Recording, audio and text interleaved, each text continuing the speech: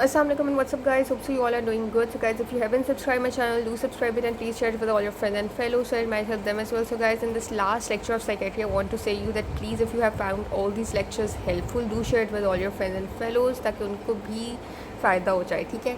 अच्छा, आज हम डिस्कस करेंगे सोमेटोफॉर्म डिसऑर्डर्स. मोस्टली जो सोमेटोफॉर्म डिसऑर्डर्स वाले पेशेंट्स होते हैं या जो पेशेंट्स सोमेटोफॉर्म डिसऑर्डर्स के साथ सफ़र कर रहे होते हैं, उनमें कुछ फिज़िकल सिम्टम्स आपको दिखाई देंगे. ठीक है. अब ये जो फिज़िकल सिम्टम्स मोस्टली जब भी किसी पेशेंट में आपको नज़र आते हैं, ऑब्वियसली दे वुड सजेस्ट कि the patient might have any physical disorder. ठीक है.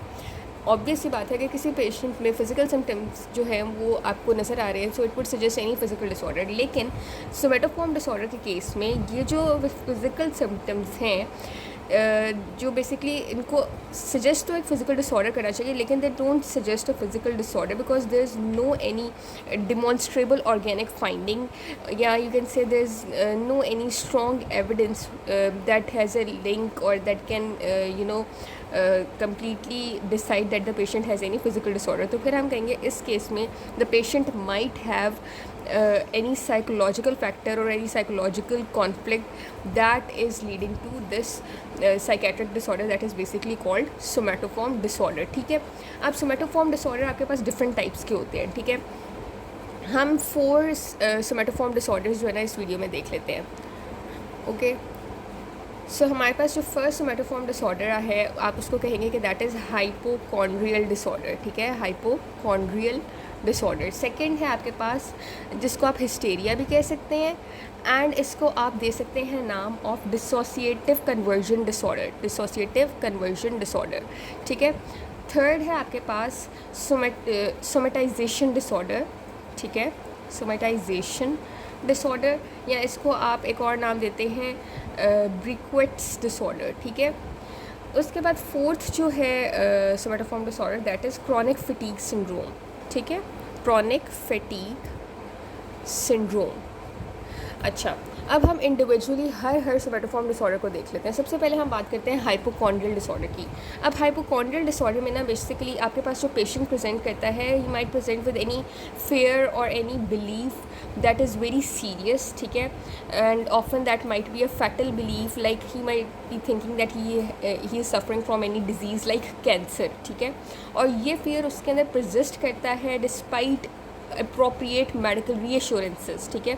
उसको लगता है कि उसको जितने भी आप जो उसके इन्वेस्टिगेशंस करा लें, उसकी प्रॉपर जो है उसकी काउंसलिंग कर लें, उसको मेडिकल रीएश्योरेंस दे दें, लेकिन फिर भी उसको लगेगा कि he might be suffering from any fatal disease और any very serious disease like cancer. तो ये जो फियर या बिलीव है that basically is seen in this hypochondriacal disorder. ठीक है. अब जो हाइपोकॉन्ड्रियल डिसऑर्डर वाला पेशेंट है ना आपके पास, मोस्टली उसके क्या क्लिनिकल फीचर्स होंगे कि वो आपके पास बहुत ज़्यादा अननेसेसरी इन्वेस्टिगेशंस करवाएगा और बहुत ज़्यादा अननेसेसरी मेडिकल ओपिनियंस ले रहा होगा. ठीक है. अब ऐसे पेशेंट को आप ट्रीट किस तरह से करते हैं? उसको आपने एक तो CBT देनी है यानी कॉग्निटिव बिहेवियरल थेरेपी देनी है. ठीक है. देन आपने उसको एंटी साइकोटिक्स दे देनी है. ठीक है. उसके अलावा आपने उसको कहना है कि वो अननेसेसरी इन्वेस्टिगेशंस ना करवाए. ठीक है. So you have to basically discourage the unnecessary investigations that he is undergoing या ही इज़ टेकिंग बेसिकली. ठीक है. उसके बाद नेक्स्ट जो हमारे पास सोमेटोफॉर्म डिसऑर्डर है दैट इज़ हिस्टेरिया, और हिस्टेरिया को आप डिसोसिएटिव कन्वर्जन डिसऑर्डर भी कहते हैं. ठीक है. अब आपके पास जो हिस्टेरिया है या डिसोसिएटिव कन्वर्जन डिसऑर्डर है, इसमें आपको फंक्शनल गेट डिस्टर्बेंस देखने को मिल सकता है पेशेंट में. ठीक है. इसके अलावा आपको क्या देखने को मिल सकता है? फंक्शनल गेट डिस्टर्बेंस के अलावा आपको पेशेंट में कोई डिसोसिएटिव एमनेशिया देखने को मिल सकता है या डिसोसिएटिव ब्लाइंडनेस देखने को मिल सकती है. ठीक है. डिसोसिएटिव एमनेशिया या ब्लाइंडनेस भी पेशेंट में आपको देखने को मिल सकती है. ठीक है. इसके अलावा आपको पेशेंट जो है उसमें सेंसरी लॉस या किसी भी loss of function in the limbs basically आपको देखने को मिल सकता है. ठीक है. सो सेंसरी लॉस भी देखने को मिल सकता है and loss of function in limbs भी देखने को मिल सकता है. ठीक है. और इसके अलावा patient might have any loss of voice as well, जिसको आप एफोनिया कहते हैं. ठीक है. और इसके अलावा पेशेंट में नॉन एपिलेप्टिक सीयर्स भी नज़र आ सकते हैं. अच्छा, ये हो गया patient with dissociative conversion disorder या जिसको हिस्टेरिया हो सकता है, ठीक है, या आप इसको हिस्टेरिया भी कह सकते हैं, ठीक है। अब इसमें आपके पास पेशेंट किस तरह से प्रेजेंट करता है, लाइक 25 ईयर्स ओल्ड गर्ल है जो कि एडमिट हुई है एक रात पहले, मतलब अपनी शादी से एक रात पहले वो आपके पास आई है और वो एडमिट हो गई है, और उसका क्या मसला है कि वो प्रॉपर्ली बोल नहीं पा रही, ठीक है, मतलब उसको एफोनिया है, ठीक है, and she is also unable to see, ठीक है, उसको मतलब ये डिसोसिएटिव ब्लाइंडनेस भी है, ठीक है, and she is basically unable to see from both of her eyes, ठीक है, and she is not communicating to her doctor in any way, ठीक है। आप अर्जेंट उसका ऑप्थेल्मोलॉजिकल एग्जामिनेशन करवाएंगे और वो नॉर्मल होगा। फिज़िकल एग्जामिनेशन भी आपका उसका जो है वो प्रॉपर मतलब मिलेगा, लेकिन जो आपने डायग्नोसिस है इस केस में वो आप क्या बनाएंगे, कि basically she is suffering from any somatoform disorder जो कि डिसोसिएटिव कन्वर्जन डिसऑर्डर है, जिसको आप हिस्टेरिया भी कह सकते हैं, ठीक है। सो बेसिकली आप क्या देखते हैं ऐसे पेशेंट में, उसका सारे जो इन्वेस्टिगेशन है वो नॉर्मल आते हैं। बेशक आप उसका अर्जेंट MRI ऑफ ब्रेन भी करवा लें, वो भी नॉर्मल होगा। आपने उसका जब अर्जेंट ऑप्थेल्मोलॉजिकल एग्जामिनेशन करवाया वो भी नॉर्मल था। इवन उसका फिज़िकल एग्जामिनेशन भी अनरिमार्केबल था, लेकिन उसमें फिर भी मतलब उसमें सिम्टम्स नज़र आ रहे हैं, like she is unable to talk, she is unable to see from both of her eyes, ठीक है, and also she is not communicating to her doctor in any way. So ऐसा patient basically is suffering from hysteria या फिर dissociative conversion disorder, ठीक है। अब इसमें मैंने आपको जो फीचर्स हैं वो बता दी हैं कि इसमें फंक्शनल के डिस्टर्बेंस होता है, डिसोसिएटिव एमनीशिया होता है, सेंसरी लॉस होता है, loss of function in limbs होता है, एंड नॉन एपिलेप्टिक सीवियर्स होता है, ठीक है। अब किस तरह से आप मैनेज करेंगे या ट्रीट करेंगे सोमेटाइजेशन डिसऑर्डर जो कि बेसिकली सोमेटोफॉर्म डिसऑर्डर जो कि बेसिकली ये जो डिसोसिएटिव कन्वर्जन डिसऑर्डर है, इसको आप किस तरह से मैनेज करेंगे। सो इसमें आपने पेशेंट को बेसिकली क्या करना है कि सबसे पहले तो आपने उसका डायग्नोसिस बना लेना है, ठीक है, on the basis of clinical features, ठीक है। देन आपने उसको ट्रीटमेंट में एक तो उसको आपने रिहेबिलिटेशन प्रोग्राम उसको सजेस्ट करना है, ठीक है, रिहेबिलिटेशन प्रोग्राम उसको सजेस्ट करना है। इसके अलावा आपने उसको कॉग्निटिव बिहेवियरल थेरेपी दे देनी है, ठीक है। और इस सिंड्रोम की अगर प्रॉपर डेफिनेशन हम कहें कि क्या होती है, इस सिंड्रोम में बेसिकली लॉस या डिस्टॉर्शन होता है of neurological function that is not fully explained by any other organic disease, ठीक है। सो ये होता है हिस्टेरिया या डिसोसिएटिव कन्वर्जन डिसऑर्डर। नेक्स्ट है आपके पास सोमेटाइजेशन डिसऑर्डर या जिसको आप ब्रिक्विट्स डिसऑर्डर भी कह सकते हैं, ब्रिक्विट्स डिजीज़ भी कह सकते हैं, ठीक है। अब हम देख लेते हैं आपके पास जो सोमेटाइजेशन डिसऑर्डर है या जिसको ब्रिक्विट सिंड्रोम भी कहते हैं, जो कि इसका दूसरा नाम है। इसमें आपके पास ना multiple medically unexplained physical symptoms नज़र आएंगे पेशेंट में, ठीक है, और वो उसके सेवरल बॉडी सिस्टम्स को भी अफेक्ट कर रहे होते हैं, ठीक है। लाइक पेशेंट जो है he might undergo multiple negative investigations and many unhealthy operations, ठीक है। मतलब इस केस में पेशेंट नॉर्मल होगा, ठीक है, लेकिन उसको लगेगा कि उसको बहुत ज़्यादा जो है ना अनएक्सप्लेन मेडिकल सिम्टम्स उसको फील हो रहे होंगे। वैसे उसमें ऐसे कोई बीमारी नहीं होगी, लेकिन उसको ऐसे लग रहा होगा कि उसमें कुछ सिम्टम्स दिखाई दे रहे हैं, जिसकी वजह से उसको प्रॉपर ट्रीटमेंट करवानी चाहिए। और ऐसा पेशेंट जो है ना वो फिर आपके पास हिस्टेरेक्टमी करवा लेगा या कोलिसिस्टेक्टमी करवा लेगा एज़ पर हिज सिम्टम्स जो उसको फील हो रहे हैं, ठीक है।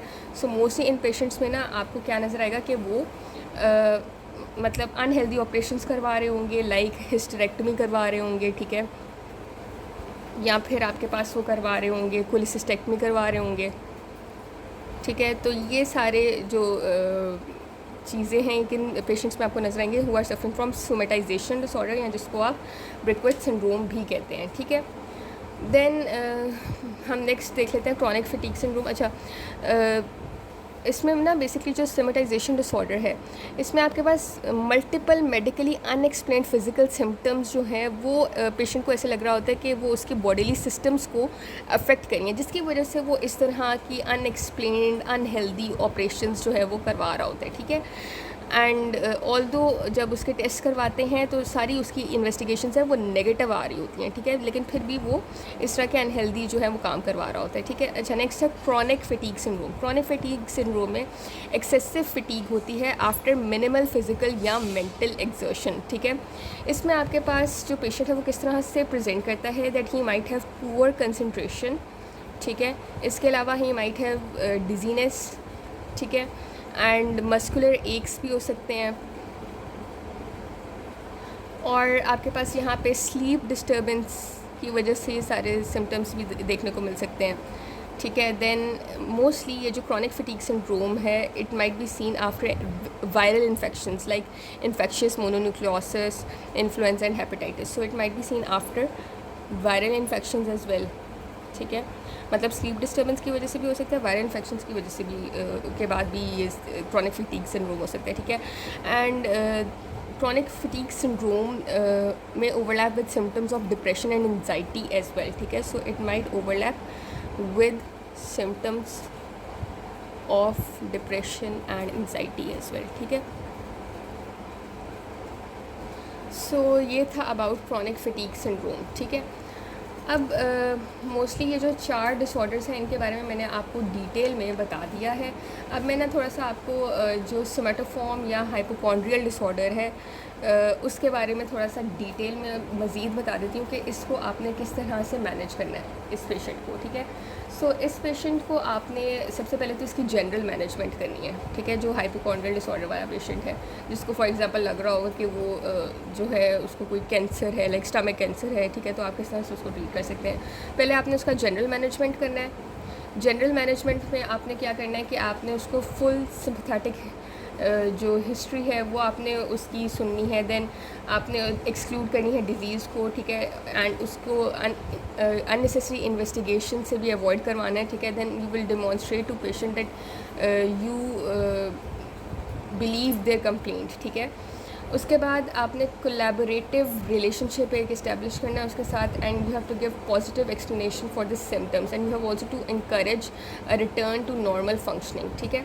सो इस तरह से आपने उसको जनरल मैनेजमेंट दे दी। देन आपने उसकी स्पेसिफिक मैनेजमेंट किस तरह से करनी है कि आपने पेशेंट को साइकोथेरेपी देनी है एंड देन फार्माकोथेरेपी देनी है। अब साइकोथेरेपी में आपने रीअश्योरेंस करनी है, एक्सप्लेनेशन करनी है, देन आप उसको एडवाइस देंगे फॉर प्रैक्टिसिंग रिलैक्सेशन टेक्निक्स, ठीक है। देन CBT करवा सकते हैं, रिहेबिलिटेशन का भी सजेस्ट करेंगे, and you would show some shared care, ठीक है, टू द पेशेंट। तो उसके बाद फार्माकोथेरेपी में देन आप पेशेंट को एंटी डिप्रेसेंट्स भी दे सकते हैं, ठीक है।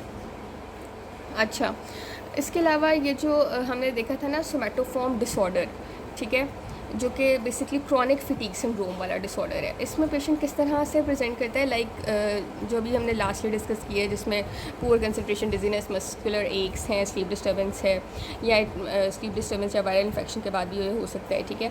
So and also it might overlap with symptoms of depression and anxiety. So ये जो क्रॉनिक फटीग सिंड्रोम वाला पेशेंट है ना, मोस्टली ये इस तरह से प्रेजेंट करता है कि 35 ईयर्स ओल्ड लेडी आती है आपके पास, और वो बहुत ज़्यादा इरिटेबल होती है, उसको एपेटाइट लॉस होता है उसका, ठीक है, एंड उसको इसी तरह मस्कुलर एक्स पेन वगैरह होती है, एंड वो हिस्ट्री क्या देती है कि वो इंटरफेरॉन के इंजेक्शंस लगा रही है for hepatitis C virus infection, ठीक है। अब वो ये जो इंटरफेरॉन के इंजेक्शंस लगवा रही है ना, ये ऑल्दो कि उसका जो वायरोलॉजिकल रिस्पॉन्स है वो सस्टेन्ड है, ठीक है, मतलब उसका जो हेपेटाइटिस C वायरस है वो डिटेक्ट नहीं हो पा रहा है उसके ब्लड में टिल 12 वीक्स या उससे भी ज़्यादा after completing the treatment, after she has completed the treatment, उसके बाद उसका एक सस्टेन्ड वायरोलॉजिकल रिस्पॉन्स आ रहा है, ठीक है। जैसे मैंने आपको बताया ना आफ्टर वायरल इन्फेक्शन ये आपको पेशेंट में देखने को मिलेगा। So after sustained virological response, ठीक है, and basically she had been taking interferon injections for hepatitis C virus infection. उसके बावजूद अगर वो पेशेंट आपके पास प्रेजेंट करी है with an irritable behaviour, loss of appetite, body aches, pain, ठीक है, एंड उसका जब आपने लिवर फंक्शन टेस्ट करवाया तो वो भी नॉर्मल है, तो इसका मतलब है that patient has chronic fatigue syndrome, जो कि एक सोमैटोफॉर्म डिसऑर्डर है, ठीक है। आई होप आपको ये जो सोमैटोफॉर्म डिसऑर्डर्स हैं ये अच्छे से क्लियर हो गए हैं। Thanks for watching.